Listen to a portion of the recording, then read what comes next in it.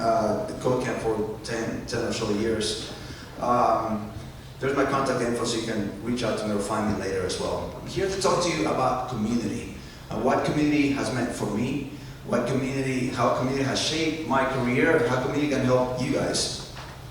Community really at the core is everywhere, and when I talk about community, it could be the Orlando.net user group, it could be the community that you have within your own organization, within your team, the people you're talking to all the time, the community that you're meeting all the time whenever you do a commit in GitHub, whenever you go to Stack Overflow, whenever you do anything that you're doing every day that really interests you. This community is powered by over 20 years of volunteers, of people like Joel who started this, people like Santos that has kept this going, people like me that kept it going for a few years as well. But this is an amazing group that really has grown thanks to community. When I talk to people about getting involved, a lot of time I hear about, well, I don't have time, or I'm just a real introvert, or I don't know where do I get started. So I'm an introvert, I'll say that. And I don't have a lot of time, I'll say that, but there's many ways to get involved. First, contribute. How do you contribute? Go to GitHub and find an open source project. The moment you do your first pull request, you've contributed. Go to Stack Overflow, answer a question, you already contributed. Volunteer. How do we volunteer? It's so difficult to find volunteer opportunities in the tech community.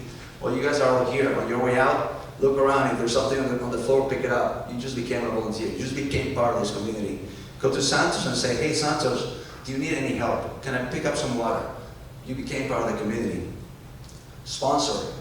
You might say, well, I don't have $500 to give. Well, most of you work for someone.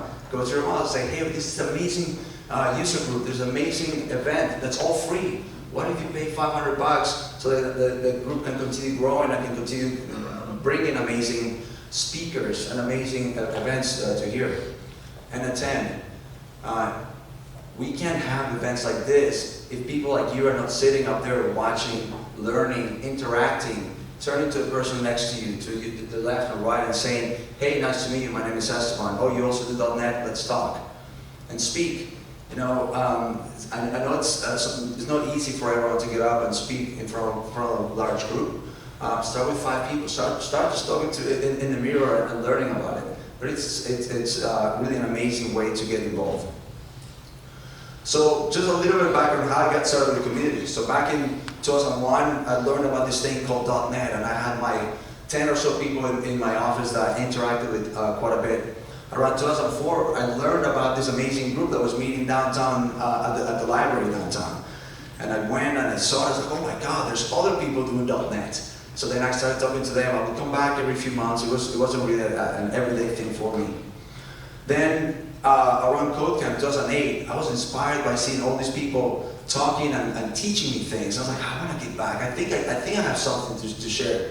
So I raised my hand and said, I will go speak at Orlando Codecamp 2008. That was the first time I ever spoke in front of people.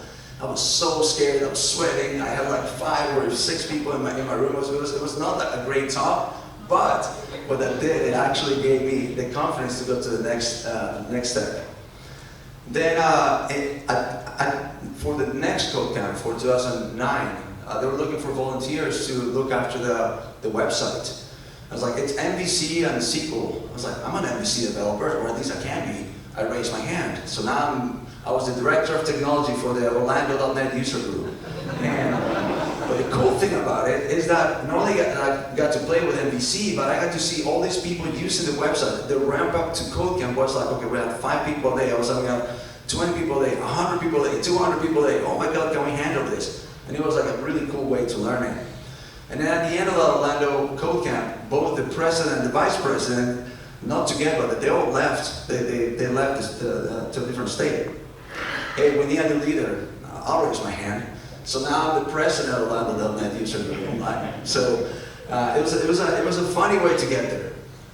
But along the way, I had an amazing board. People like Joel and Sean and Jessica, the people that were there before me, they had done a great job at setting up a group of people that could support the group going forward. So I had this amazing board that helped me do that. So we created this community. So I was thinking about how do I convey what's been happening in the past 10 or so years here.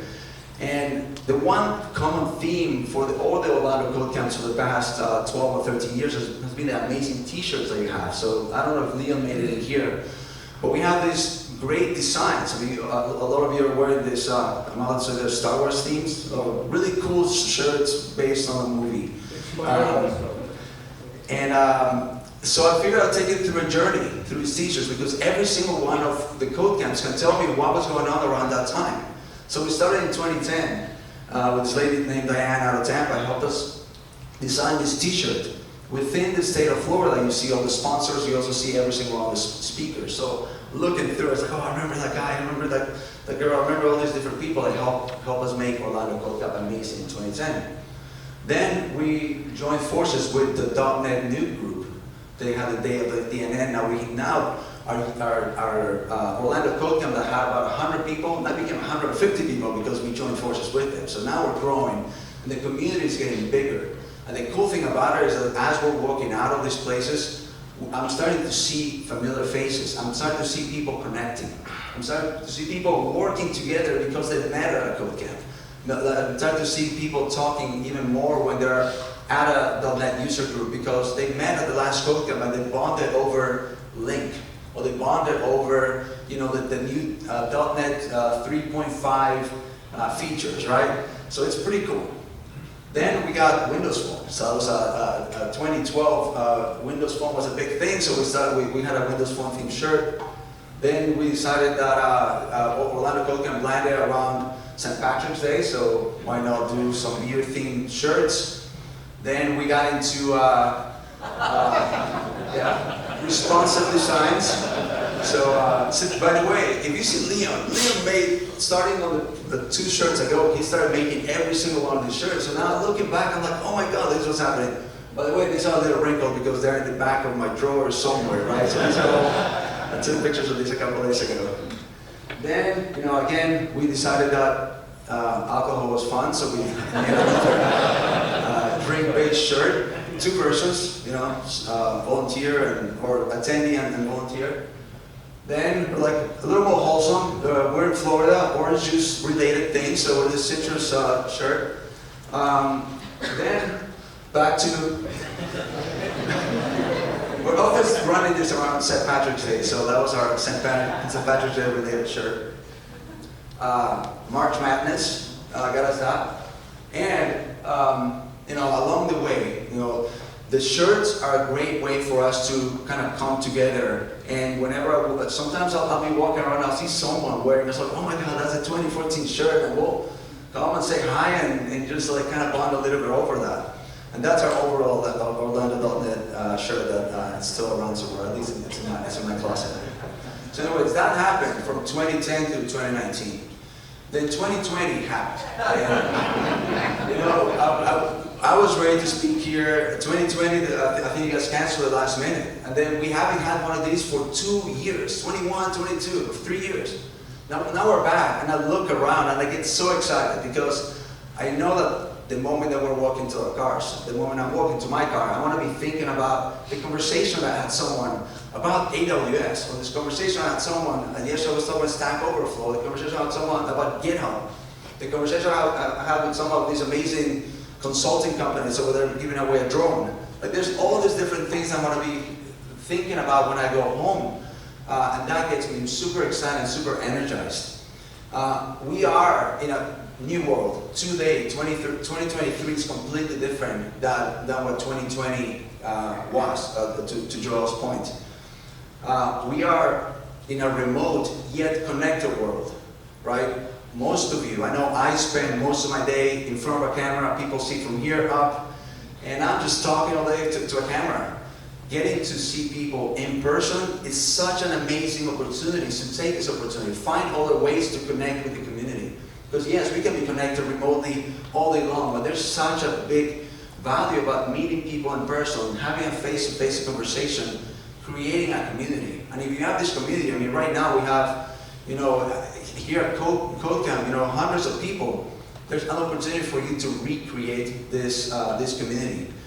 So with these new opportunities, you have the ability to go and find, you know, learn about new technologies, maybe find a new job, or maybe bring someone over to your company because you work on an amazing place, or just find a way to connect to a technology that you've thought about, but you've never actually had the chance to learn about. So today, when you look at the sessions, find something new and go home and go learn it.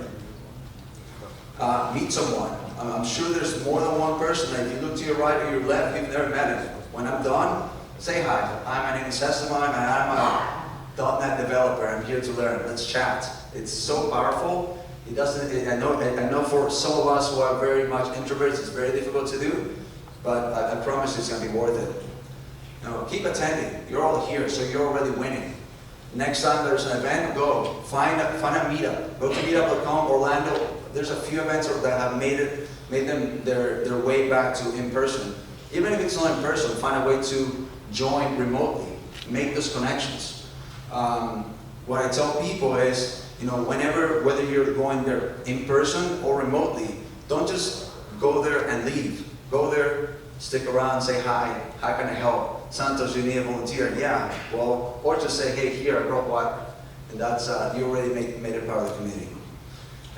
And raise your hand. I still remember back in 2008, if I had not raised my hand, where would my career be today? If I had not raised my hand, would I have made some amazing friends? Would I have been part of the community the way I have in the last 15 years? The answer is no. So just raise that hand whenever you have the opportunity. Even if it's as small as you think it may be, it's much, much bigger than you think. And really just work with the rest of the organization to rebuild this community. To Santos's point, find a place that may be able to host us so we can meet every couple months. Maybe it's not every single month like before. Let's figure out what this means now. So let's go back and rebuild this so we can have this amazing community thriving again. This is already amazing.